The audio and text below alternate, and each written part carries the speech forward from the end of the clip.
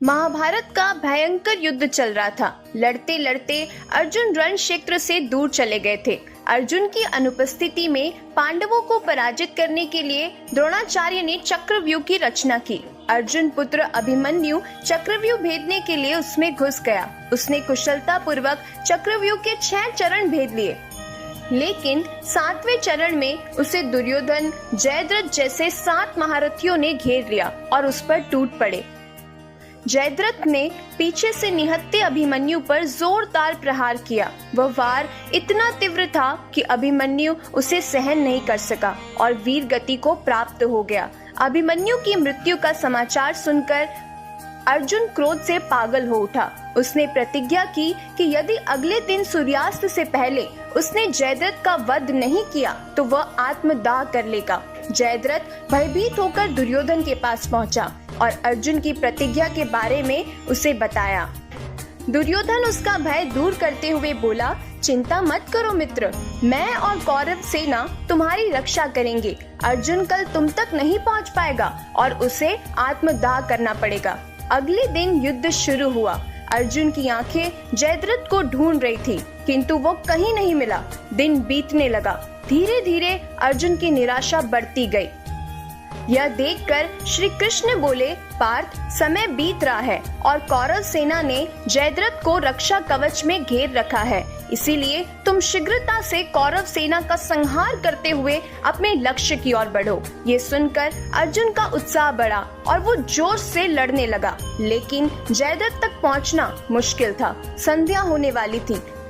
तब श्री कृष्ण अपनी माया को फैलाते हैं और इसके फल स्वरूप सूर्य बादलों में छिप जाता है और संध्या का भ्रम उत्पन्न हो जाता है। संध्या हो गई है और अब अर्जुन को प्रतिज्ञावश आत्मदाह करना ही होगा। यह सोचकर जयद्रथ और दुर्योधन खुशी से उछल पड़ते हैं। अर्जुन को आत्मदाह करते देखने के लिए जयद्रथ कौरव सेना के आगे आकर अट्टहास करने लगता है। जयद्रथ को देखकर श्री कृष्ण कहते हैं, पार्थ, तुम्हारा शत्रु तुम्हारे सामने खड़ा है। उठाओ अपना गांडीव और वध कर दो इसका। वह देखो, अभी सूर्यास्त हुआ नहीं है।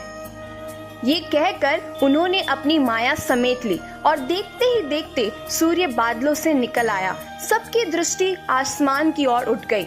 सूर्य अभी भी चमक रहा था। यह देखकर जयद्रथ और दुर्योधन के पैरों तले जमीन खिसक गई। जयद्रथ भागने को हुआ, लेकिन तब तक अर्जुन ने अपना गांडीव उठा लिया था। तभी श्री कृष्ण चेतावनी देते हुए बोले, हे अर्जुन, जयद्रथ के पिता ने इसे वरदान दिया है कि जो इसका मस्तक जमीन पर गिराएगा उसका मस्तक भी 100 टुकड़ों में विभक्त हो जाएगा। इसीलिए यदि इसका सिर जमीन पर गिरा तो तुम्हारे सिर के भी 100 टुकड़े हो जाएंगे। पार्थ, हे पार्थ, उत्तर दिशा में यहाँ से 100 योजन की दूरी पर जयद्रथ का पिता तप कर रहा है। तुम इसका मस्तक ऐसे काटो कि वह इसके पिता के गोद में जाकर गिरे।